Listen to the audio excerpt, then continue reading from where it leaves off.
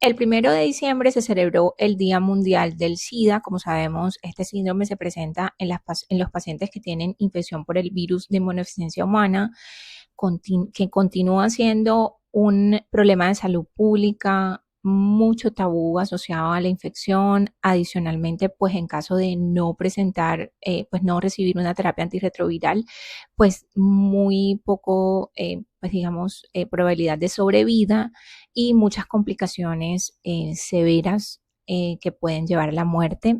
Adicionalmente, pues sabemos que la infección, si bien ha logrado una mejor sobrevida gracias a la terapia antirretroviral, pues que genera un costo importante a nivel de salud en global.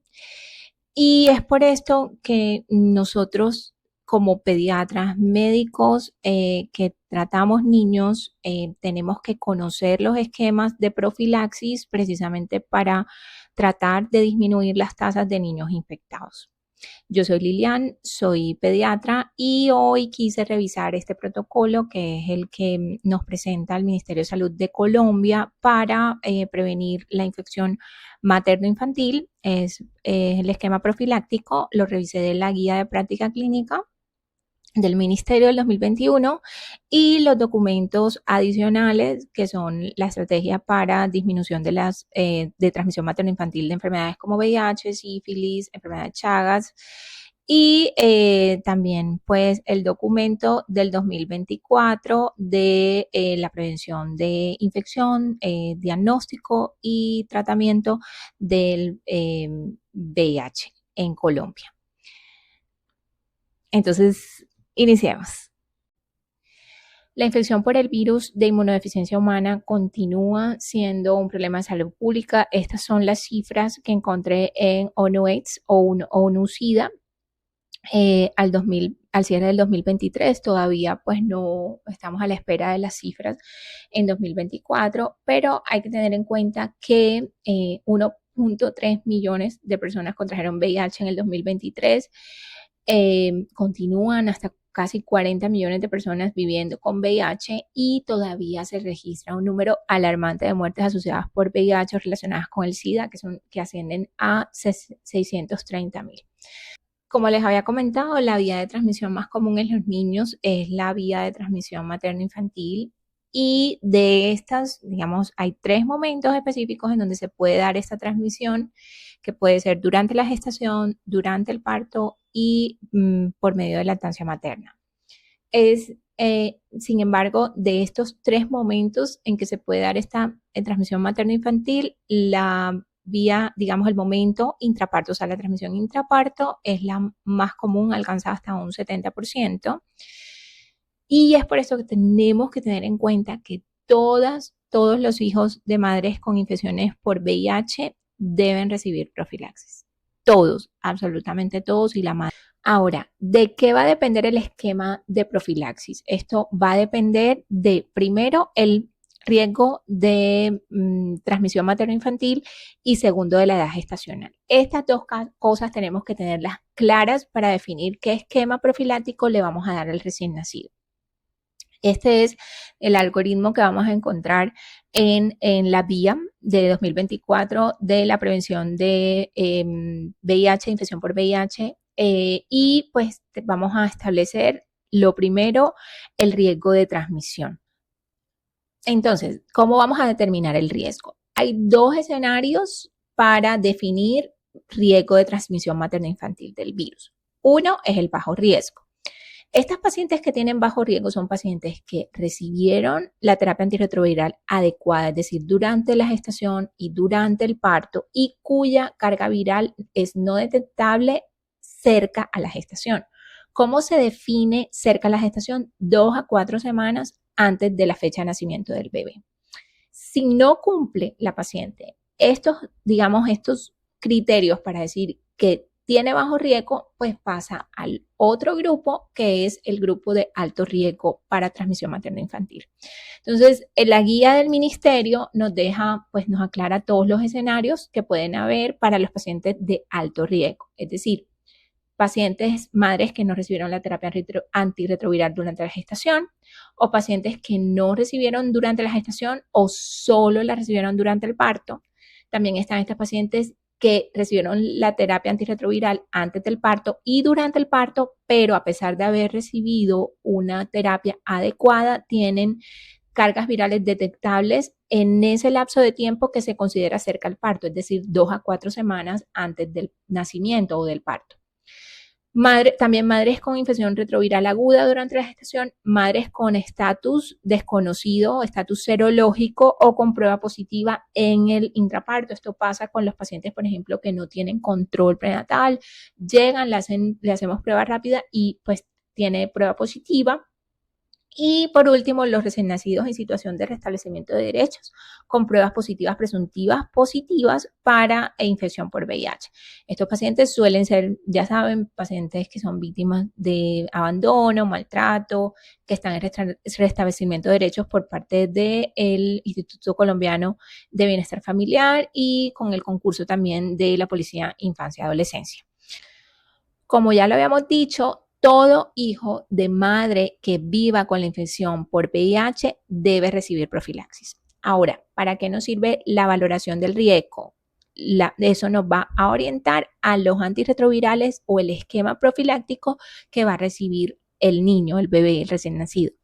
Entonces, los de bajo riesgo, pues la guía nos dice, vamos a hacer monoterapia con sidobudina, ¿cierto? La dosis va a depender de la edad gestacional del paciente. Recordando que las pacientes con bajo riesgo son aquellas madres que recibieron la terapia antirretroviral durante el embarazo, durante el parto y que tienen una carga viral no detectable cerca del parto, es decir, 2 a 4 semanas antes de la fecha de parto. Entonces, en estos pacientes se recomienda la sidobudina por 4 semanas. La dosis será en pacientes término a 4 miligramos por kilo dosis vía oral cada 12 horas. Y esto es importante, muy importante que la profilaxis se inicie en todo paciente lo más cerca posible al nacimiento. Recomienda la guía entre 6 a 12 horas máximo de vida. En los pacientes prematuros, es decir, entre 35 y 37. Son pacientes que van a recibir 4 miligramos por dosis vía oral cada 12 horas por 4 semanas, es decir, igual a la dosis del paciente término. La diferencia comienza a presentarse en los pacientes de hasta 34 semanas, es decir, menores de 35. En los pacientes que tengan mayor o igual a 30 semanas y menor de 35 semanas van a recibir 2 miligramos por kilo dosis vía oral cada 12 horas. Desde las segundas semanas, de la semana 2 hasta la semana 4 de vida, vamos a aumentar la dosis a 3 miligramos por kilo dosis vía oral cada 12 horas. Y en los pacientes que tienen menor de 30 semanas, vamos a tener una dosis de 2 miligramos por kilo dosis vía oral cada 12 horas, desde el nacimiento hasta que cumpla el mes de vida, es decir, hasta las 4 semanas de vida. Recordar que la sidobudina, el jarabe, la concentración es 10 miligramos por mililitro. Y también tenemos que tener en cuenta que si por alguna razón el paciente pues se contraindica la vía oral, de pronto tiene un síndrome de dificultad respiratoria al recién nacido, por alguna razón se contraindica la vía oral, la aplicación de la sidobudina por vía intravenosa corresponderá a la dosis al 75% de la dosis pues que le vamos a dar, que le daríamos en caso de que recibiera la vía oral. Para practicar un poco lo aprendido, les traje este caso. Recién nacido de 38 semanas de edad gestacional, hijo de madre VIH positivo, recibió terapia antirretroviral desde el inicio de la gestación, tuvo carga viral no detectable durante toda la gestación, última realizada 3 semanas antes del parto, no detectable. Nace por cesárea, vigoroso, Apgar 9 de 10 a los 2 minutos. Peso, 3.000 gramos, talla 50 centímetros. Perímetro cefálico, 35 centímetros. Calcule el tratamiento profiláctico de elección. Calcule la dosis intravenosa.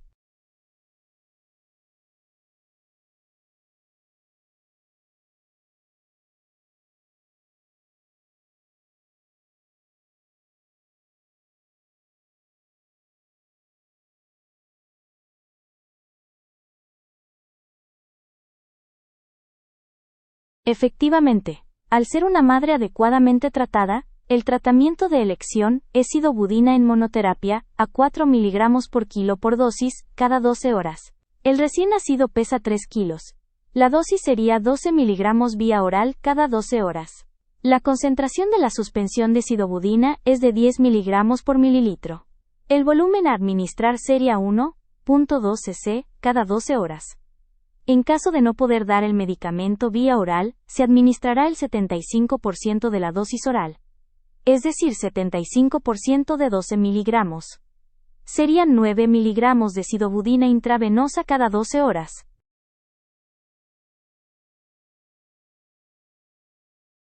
En los pacientes con alto riesgo de transmisión materno-infantil, pues no vamos a hacer monoterapia. En estos pacientes se va a hacer la terapia triple, ¿cierto? Con sidobudina, lamivudina y, de acuerdo a su edad gestacional, nevirapina o raltegavir.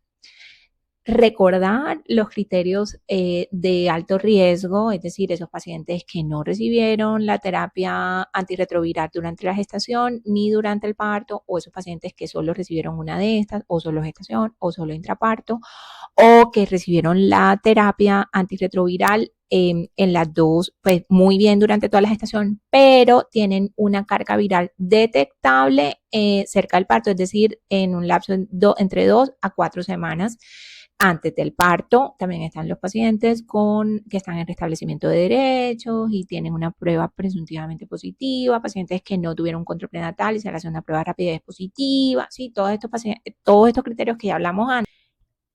En los pacientes con alto riesgo de transmisión materno-infantil también va a depender tanto el esquema, la cantidad de medicamentos que vamos a usar como la dosis, también van a depender de la edad gestacional del paciente.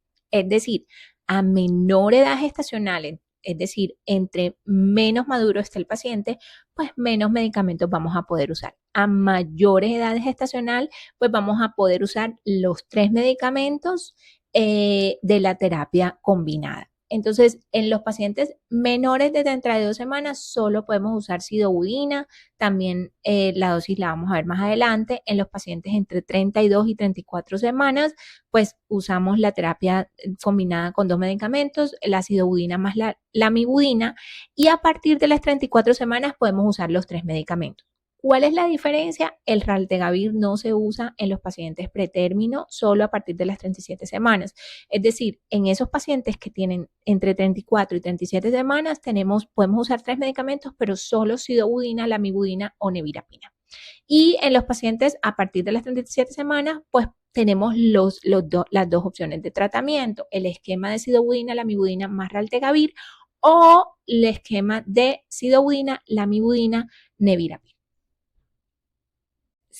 Soy consciente que esto puede ser abrumador porque son varios medicamentos, distintas dosis, de acuerdo a la edad gestacional. Yo también me he sentido abrumada al respecto. Mi recomendación es, pues sí, lo ideal es aprendérselo, pero siempre tener la guía de práctica clínica a la mano. Ahora, vamos a navegar esto. En los pacientes pretérmino, recuerden, por ser alto riesgo de transmisión materno-infantil, vamos a usar los 3 medicamentos, ¿cierto? Sí podemos. En caso de que sean los pacientes menores a 30 semanas, sabemos que no podemos usar sino solo sidobudina. El esquema de sidobudina es muy parecido a los pacientes de bajo riesgo de transmisión materno-infantil. Lo que cambia y lo podemos ver es la duración que nos presenta la guía. Por ejemplo, sabemos que en los menores de 30 semanas, la sidobudina la vamos a administrar por 2 miligramos por kilo de cada 6 horas hasta la semana 4, es decir, hasta que cumpla un mes, y después de eso vamos a aumentar la dosis a 3 miligramos por kilo dosis vía oral cada 12 horas hasta la semana 6. En estos pacientes la guía nos presenta el tratamiento hasta el mes y medio de vida, es decir, hasta la semana 6, en los pacientes de alto riesgo. Entre la semana 30 y 34 vamos a usar la sidobudina a 2 miligramos por kilo por 2 semanas. Y desde la semana 2, o sea, después de la semana 2, vamos a usar de ahí hasta la 6ª semana de vida a 3 miligramos por kilo vía oral cada 12 horas. Y ya después de los 35 es la misma dosis de los pacientes término, es decir, 4 miligramos por kilo dosis vía oral cada 12 horas por 6 semanas, a diferencia del bajo riesgo en donde nos lo presenta hasta la semana 4 de vida, es decir, hasta que el paciente cumpla un mes. Eso con respecto a la acidobudina, siempre recordando que la suspensión viene a una concentración de 10 miligramos por cada ml, al igual que la ampolla para hacer la dilución. ¿Listo? Y también es importante saber que en caso de que sea por vía intravenosa, siempre será el 75% de la dosis que se daría vía oral. Ahora, la amibudina. La amibudina se dará en pacientes mayor o igual a 32 semanas. En estos pacientes siempre será la misma dosis de 2 miligramos por kilo dosis vía oral cada 12 horas. ¿Cierto? Y ya después de la semana 4 de vida vamos a dar, doblamos la dosis a 4 miligramos por kilo dosis vía oral cada 12 horas hasta la semana sexta, es decir, hasta el mes y medio. Hasta el mes y medio. Y la nevirapina, que es la que usaremos en pacientes que ya tengan 34 semanas, es decir, entre la semana 34 y la 37, vamos a usar 4 miligramos por kilo dosis vía oral cada 12 horas, semana 1 hasta la semana 4 de vida, 6 miligramos por kilo dosis vía oral cada 12 horas. De pronto, si no quedó claro eso, la nevirapina se usará la primera semana de vida 4 miligramos por kilo dosis y después de las primeras semanas, es decir, a partir de la semana 2 hasta la semana 4, entonces usamos 6 miligramos por kilo dosis vía oral cada 12 horas. Elaboré esta gráfica porque suelo aprender mejor con herramientas visuales. Aquí les muestro los esquemas de acuerdo a las semanas de edad gestacional y los cambios que se deben realizar en cada semana de vida. En las casillas en que cambia la tonalidad del color hay un cambio de dosis. Espero les sea útil.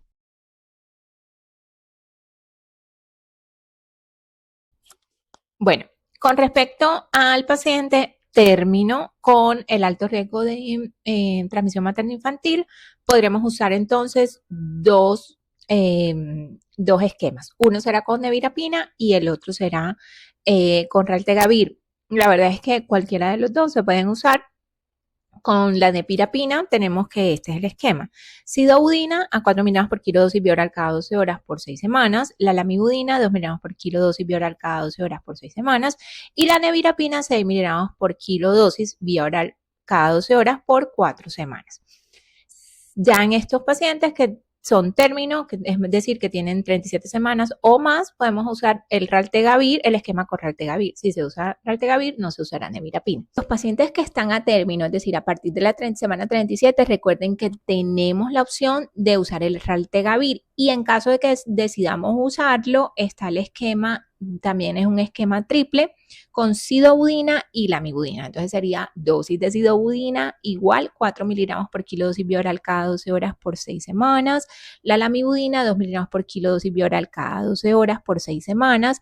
Y el raltegravir, sí es importante saber que los pacientes tienen que ser a término y también tienen que pesar por lo menos 2.000 gramos. Puede parecernos, de pronto nos podemos abrumar también porque pues dependerá mucho del peso, pero bueno, para eso está la tablita. ¿Qué tenemos que tener en cuenta en cuanto a raltegravir? Primero, la semana en la que estamos y el peso del paciente. Entonces, en la tablita, la verdad es que nos entrega la información muy clara. Entonces, durante la primera semana de vida, generalmente pues es aproximadamente 1.5 miligramos por kilo dosis y aquí nos da de acuerdo al peso entre 2.000 gramos y 3.000 gramos o kilos, perdón, entre 3 kilos y 4 kilos y entre 4 kilos a 5 kilos. Entonces, de acuerdo a eso, en los pacientes pues más pequeños, entre 2 y 3 kilos será 0.4 una vez al día, ¿cierto? Entre 3 y 4, 0.5 cc y entre 4 y 5 kilos será 0.7. Ahora, sabemos, después de que termine la primera semana, este primer tratamiento, vamos a doblar la dosis que damos al día. O sea, en la primera semana el raltegravir se da una vez, se da una vez al día a partir de la semana, después de la primera semana, van a darse 2 veces al día.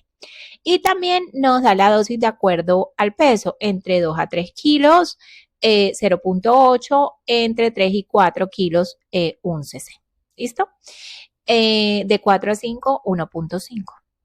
Ya después de la semana 4, o sea, ya después del mes, o sea, cuando el niño cumple el mes, continúa 2 veces al día, pero la dosis también cambiará. Entonces, de 3 a 4 kilos, 2.5, de 4 kilos a 6 kilos, 3 cc, y de 6 kilos a 8 kilos, 4 cc. Todo esto en 2 veces al día.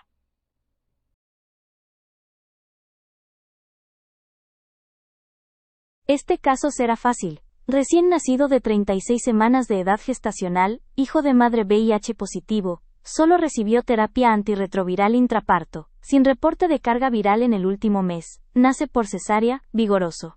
Peso, 2.600 gramos. Talla 48 centímetros, perímetro cefálico, 33 centímetros. De acuerdo a la edad gestacional y el riesgo de transmisión materno-infantil, ¿cuáles medicamentos antirretrovirales indicarías en este paciente?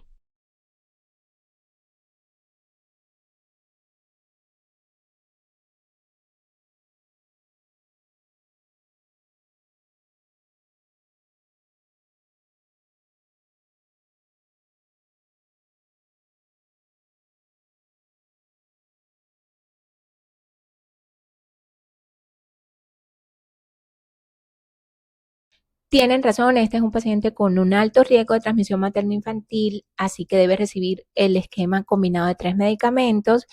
Y aquí pasamos a identificar la edad gestacional para saber cuántos medicamentos puede recibir. En este caso, esta es un paciente de 35 o más semanas, es decir, que puede recibir los 3 medicamentos, pero todavía no ha cumplido 37 semanas, así que la opción para este paciente es hesiodina, lamivudina y nevirapina.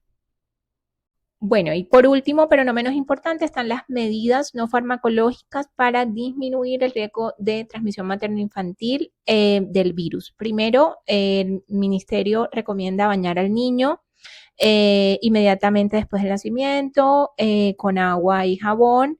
Segundo, succionar la vía aérea de forma muy gentil, evitando traumatismos. Tercero, como vimos, la terapia antirretroviral adecuada entre las 6 y 12 horas de vida. No se debe iniciar lactancia materna. Este es un punto que difiere de las recomendaciones de la OMS a nivel mundial. La OMS pues nos dice, en caso de que haya una carga viral no detectable, se podría iniciar lactancia materna, pero es importante saber que en Colombia el ministerio recomienda, y de hecho es un punto de buena práctica en la guía, enseñarle a las madres cómo dar, cómo preparar el biberón, cómo ofrecerlo. Entonces, en nuestro país no se debe iniciar la lactancia materna en los hijos de madres que viven con VIH. Por último, es importante recordar que nosotros como personal de salud tenemos que no ser barreras en la, digamos, en la prevención de la infección por VIH. Tenemos que conocer los esquemas profilácticos, tenemos que captar los casos y hacerle un adecuado seguimiento. En caso de que tengas algún comentario, alguna duda, sería bueno que lo comentaras, y en caso de que prefieran otra revisión, que quieran una revisión, también coméntenlo para pues hacer la tarea.